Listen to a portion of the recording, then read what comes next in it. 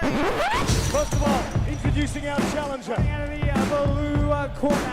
He's going to step in and he does. It's all over. Let's bring on the boom. This is Eternal MMA.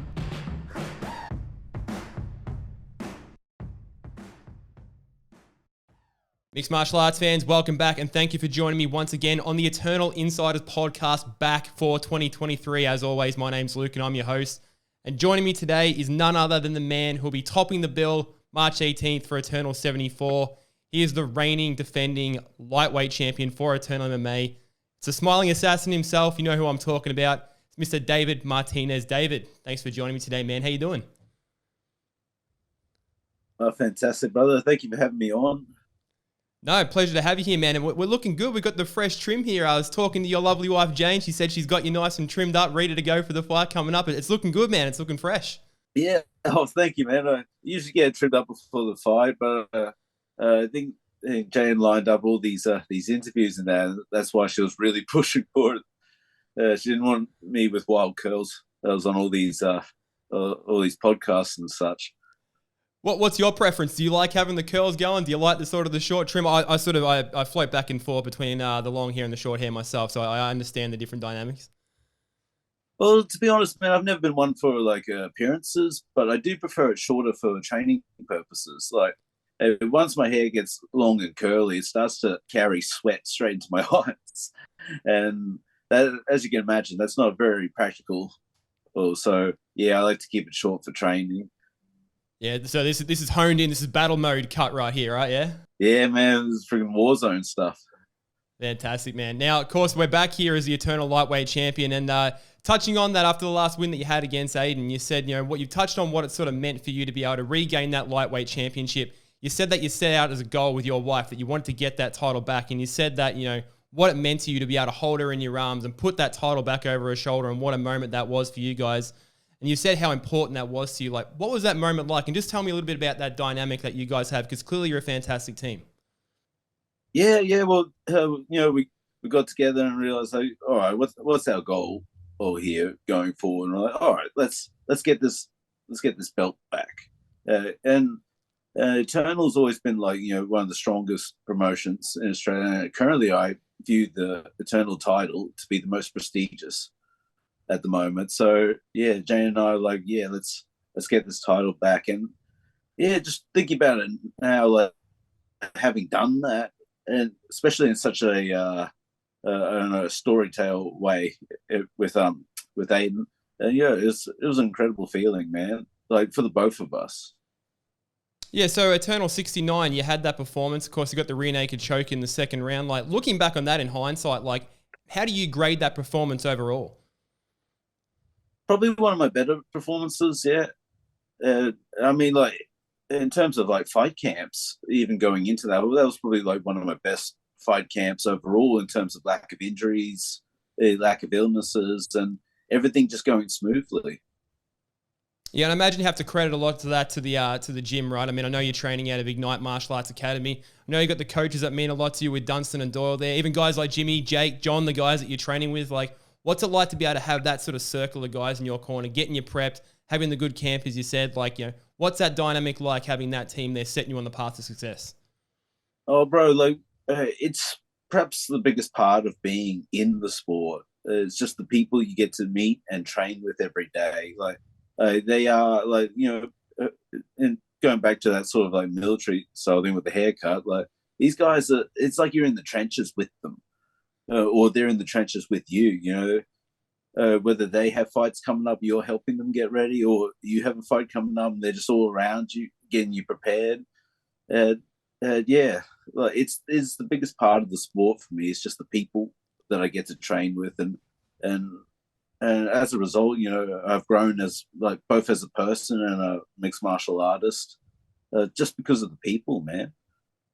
Now, speaking of the people, I mean, the dynamic that we have with the gym. So what are we working with? 3 Ds, and like if you include the wife, we're looking at 4 Js. I can't be the only person that's pointed out. We've got David, we got Doyle, we got Dunstan, we got Jimmy, Jake, John, Jane. Like, I'm not the only one pointing this out, right? Like, this is definitely something that someone's shone a light on before. Is this a coincidence? Like, am I crazy? What's going on? Yeah, we'll just go to call it the DJ system, man. The DJ system, I love it. Yeah, that's something we've already had coined, yeah? No, actually, no, I just came up with that. Oh, okay. All right, there it is. Well, you can roll with that from now on. It's the DJ system, man. So you can attribute all your success from now on to the DJ system. Tag me in on that too. I want some partial credit for that, by the way. We've just come up here and here with this on the fly. Just don't tell Dunstan. You know, he's got his Elite 51 system, but unfortunately, the DJ system is the new way to go. So yeah. I guess that Elite 51 system's old news. It's old news, man. We're rolling out the DJ system from now on. I'm happy to jump in and we'll strong arm him, man. We're treading, we're hitting up new ground here, so we'll go with that. But just speaking of the coaches, man, and one thing I wanted to touch on, like one thing that doesn't get talked about enough is your fight IQ. Is that something that you attribute to your coaches? Is that something that comes naturally to you with your fight IQ that you have inside the cage? Like, where does that come from? That comes from the coaches, man. That comes from the people that I've had the pleasure of working with over the years. There's like, you know, Dunstan, Doyle, Jimmo, and lately now Joe Lopez down at Freestyle. So yeah, like it's just things that I've been able or fortunate enough to pick up from them as I've worked with them. Now, I just want to go back, of course, back to 2019. There's a couple of storylines kind of going into this fight. Of course, your 2019, you had the loss with the title, and then immediately after that, you had the original fight with Blake, a fight that Blake actually did get up on, and he got his hand raised. Now, you've corrected one element there in that you got that title back. Is there extra incentive now for you that not only you're fighting Blake for that title, but maybe a little bit extra incentive that you get to correct the other loss that you had from 2019 by not only defending your title for the first time, but also getting a win back over Blake? Is that added incentive for you in any way at all? I mean, I could say it is, but let's be honest, man. That was over 3 years ago, and I only vaguely remember it nowadays. Like, what this fight represents for me now is like, because Blake to me is like, if with Jack Becker being, you know, injured and taken out of the picture for now, Blake is the best lightweight that we have in Australia at the moment, like at least in my opinion. And so this represents a challenge, like almost another mountain for me to climb. And I mean, yeah, him having a win and over me does sort of add to that sort of challenge. But I don't know, the fight excites me because he's just so damn good. That yeah, to go out there and fight with him in the cage again, like, you know, it's a fantastic thing. No, we know you're not one to shy away from a challenge, certainly not, and you're right. You know, Blake definitely one of the better guys on the scene, so a big, healthy challenge for you there. Do you think from the fact that you guys have already fought, you take the wins and losses out of the equation, but do you think that plays any sort of mental part, either from Blake? I know you said it's 2019, it was a long time ago, but do you think that should give him any sort of confidence, you know, given that it was so long ago, or is that just now it's water under the bridge, this is a fresh fight? You know, as you said, so long ago, you barely remember it happening. I believe like the best approach is to take it as a fresh fight and not let the other fight play into a factor specifically because it was so long ago. But I can't speak to how it affects Blake. I don't know if it gives him confidence, if it makes him overconfident, or if he himself is just trying to like you know, bury it and say, yeah, this is a new fight, this is fresh, you know, so take a different approach. But for me, no, like this is new. Blake and I have both made like strides in our skill sets and in like across the board, striking, grappling. And so you're looking at two new individuals going at it again. Now, the narrative last time was there was a bit of that built-in storyline that it was a classic striker versus grappler matchup, which I think there is a degree to that, and there was then, but I don't think either of you guys get the credit that you deserve in terms of you're very strong on the feet. You're a very well-rounded athlete. Blake the same.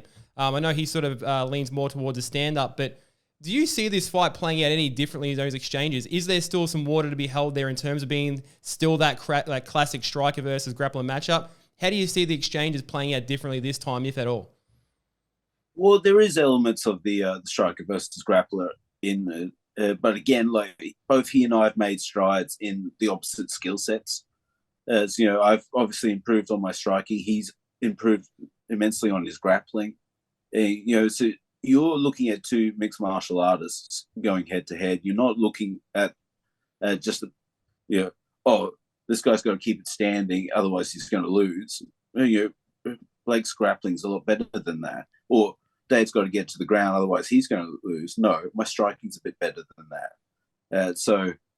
Yeah, it's just two mixed martial artists.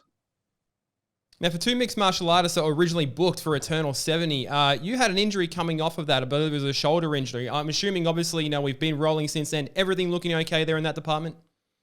At the moment, yes, everything's looking solid, brother. Fantastic to hear. I know not everyone comes in with a clean bill of health, certainly not, but you've sort of put that behind you. Now, moving ahead, obviously, in your mind, you're getting that title defense. You're getting that first one in. It'll be your first successful title defense for Eternal MMA should you get that win. What would that sort of mean to you at this point in your career? I know you're big on setting goals, with your lovely wife and everything. Is there any other goals that you guys have sort of set out for yourself going forward beyond this title defense? To be honest, man, nothing really exists beyond this next fight for now. It'd be nice to sit back and be like, all right, so we get the title defense. What happens next? But the thing is, you got to get it first. So you can't really go looking past it, and especially with someone as skilled and as talented as Blake Donnelly. Now, I've had a bit of a chance to have a chat to Blake, and one thing he said one time when he was actually on camera, he said that you guys did have at least not necessarily like a close friendship, but that you do have at least some kind of like amicable relationship, and there's certainly respect there. Is that the same from your side? Oh, absolutely. I won't shy to admit that I do really admire and like Donnelly.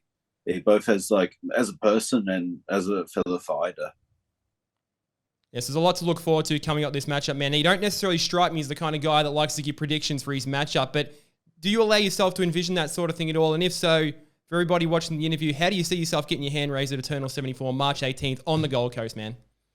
Yeah, well, you're right there, man. I don't like giving predictions, but for me, it's just I'm looking at the hardest fight of my career so far, and I'm just going to attack it head on and do everything within my power, to get my hand raised at the end of the day. Well, we can't wait to see it, brother. It's a very exciting matchup. Eternal 74, live and exclusive, of course, on UFC Fight Pass on the Gold Coast, March 18th. You better be tuning in because it's going to have an absolute cracker between two of the best lightweights in the country. Mr. David Martinez looking to defend his Eternal belt for the first time. I can't wait to see it. We all can't wait to see it. David, thank you so much for joining me on the show for the first time, brother. All the best for March 18th, and let's do it again sometime. I'd like to chat to you again in the future. It's been good. Absolutely, brother. Thank you so much for having me on here. My pleasure, man. All the best.